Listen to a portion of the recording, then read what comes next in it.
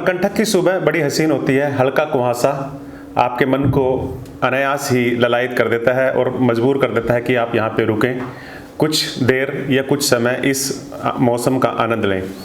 अमरकंटक में हमारे रहने का इंतजाम हो चुका था और अब हमारा अगला पड़ाव था उन धाराओं पर जाना, जो धाराएं मिलकर एक नदी और फिर नदी आगे एक बड़ी नदी यानी कि नर्मदा मैया में तब्दील होती है। हम लोग तकरीबन सुबह 8 बजे अपने आश्रम से निकले और हम धाराओं की तलाश में निकल पड़े। धाराओं के बारे में ये मान्यता रही है कि इनका कोई ना कोई उद्गम स्थल रहता है, जैसे कि ग्लेशियर या फिर किसी ऐसी जगह से धाराएं निकलती हैं जहाँ पे पानी इकट्ठा हो या पानी की उपस्थिति हो। लेकिन अमरकंटक और नर्मदा नदी के उद्गम स्थल पर कोई भी ग्लेशियर नहीं है जिससे ये धाराएं निकलती हैं, बल्कि ये धाराएं पहाड़ का सीना चीरकर पानी इन धाराओं में आता है और पानी का आवेग कई जगह तो इतना ज़्यादा है कि थोड़े से पानी में भी खड़ा होना बहुत मुश्किल हो जाता है। धारा बहुत ही सुंदर है और इस धारा पर खूबसूरत मंदिर बनाए गए हैं। के बारे में बात करते हुए मुझे इसलिए थोड़ी सी निराशा हो रही है क्योंकि इन धाराओं को मध्य प्रदेश टूरिज्म ने एक पिकनिक स्पॉट की तरह बना दिया है और पिकनिक स्पॉट बनने की वजह से यहाँ पर अब लोग धार्मिक आस्था से प्रेरित होकर नहीं आते, बल्कि मौज मस्ती और आनंद के लिए आते हैं। धाराओं के पास जगह जगह फैली गंदगी लोगों की इस बदलती सोच का परिचायक थी। कई धाराओं पर तो इतनी गंदगी थी कि आपका मन बेहद खिन्न हो जाएगा, लगेगा कि ये इन धाराओं का पानी नर्मदा नदी में, पवित्र नर्मदा नदी में कैसे जाएगा और कैसे लोग इस पानी से स्नान करेंगे। फिर भी कुछ ऐसे लोग थे जो इस गंदे पानी में भी स्नान कर रहे थे, अपनी आस्था व्यक्त कर रहे थे और पूजा अर्चना कर रहे थे। 50 से ज़्यादा धाराएं मिलकर नर्मदा नदी का रूप लेती हैं, लेकिन मुख्यतः यहाँ पर 5 धाराएं हैं। इसमें भी 3 धाराएं सबसे मुख्य मानी जाती हैं। पहले ये है माता की बाड़ी, दूसरी नर्मदा नदी और तीसरी है सोम धारा। इन तीनों धाराओं पर काफ़ी लोगों का आना जाना लगा रहता है और जो भी आदमी अमरकंटक आता है इन तीनों धाराओं पर पहुंचता है। यहाँ पे कई सारे मंदिर हैं और उनमें पूजा अर्चना चलती है। धाराओं के पास पास ही कुछ आयुर्वेदिक दवाओं की दुकानें और बाबा टाइप लोग जो अपने आप को वैद्य बताते हैं और लोगों के गंभीर और असाध्य रोगों के इलाज का दावा भी करते हैं। यहाँ बड़ी संख्या में लोग इनसे दवाएं खरीदते हैं। लोगों को लगता है कि इनकी दवाएं उनकी बीमारी से उन्हें निजात दिला देंगी। धाराओं के बारे में बात करते हुए मुझे निराशा इसलिए हो रही है क्योंकि बहुत सारी धाराएं बंद हो चुकी हैं।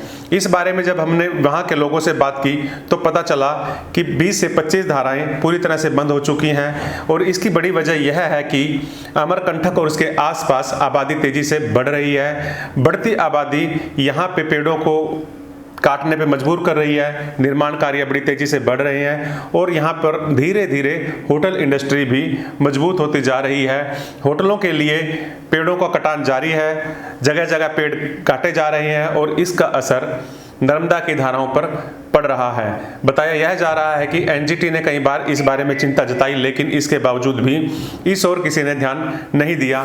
यह भी कहा जा रहा है कि अमरकंटक का जो शहर है या अमरकंटक का जो कस्बा है वह भी मुख्य धारा से बाहर किया जाना चाहिए, जिससे धाराओं का बहाव बना रहे, धाराओं का बहाव नियमित रहे, धाराओं में पानी लगातार बहता रहे।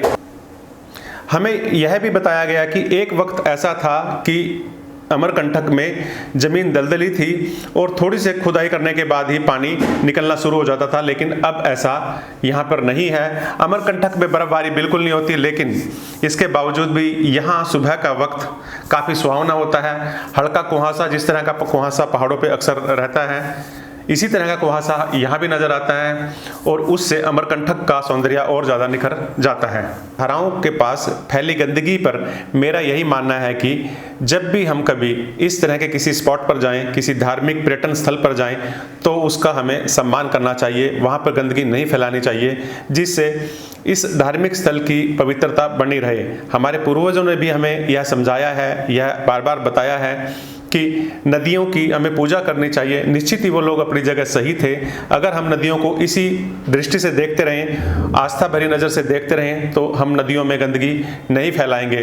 दिक्कत यह है कि नर्मदा की ज़्यादातर धाराओं पर भारी गंदगी है और इतनी गंदगी अगर किसी नदी के उद्गम स्थल पर है तो हम अंदाज़ा लगा सकते हैं कि इस नदी का हेल्थ क्या होगा, इस नदी का स्वास्थ्य क्या होगा, इस नदी में प्रदूषण का स्तर क्या होगा। दिक्कत यह भी है कि गंगा और यमुना के प्रदूषण पर तो हम लोग बात कर रहे हैं, लेकिन नर्मदा के प्रदूषण पर अभी तक कोई बात नहीं हो रही। इसकी शायद यह वजह है कि नर्मदा में अभी पानी ठीक ठाक है और प्रदूषण अपेक्षाकृत कम है, लेकिन वह दिन दूर नहीं है अगर नर्मदा की धाराओं पर भी ध्यान नहीं दिया गया, यहाँ की साफ सफाई और यहाँ पर्यावरण असंतुलन पर अगर ध्यान नहीं दिया गया, वह दिन दूर नहीं है जब नर्मदा भी इसी तरह से गंगा और यमुना की तरह से प्रदूषित हो जाएगी।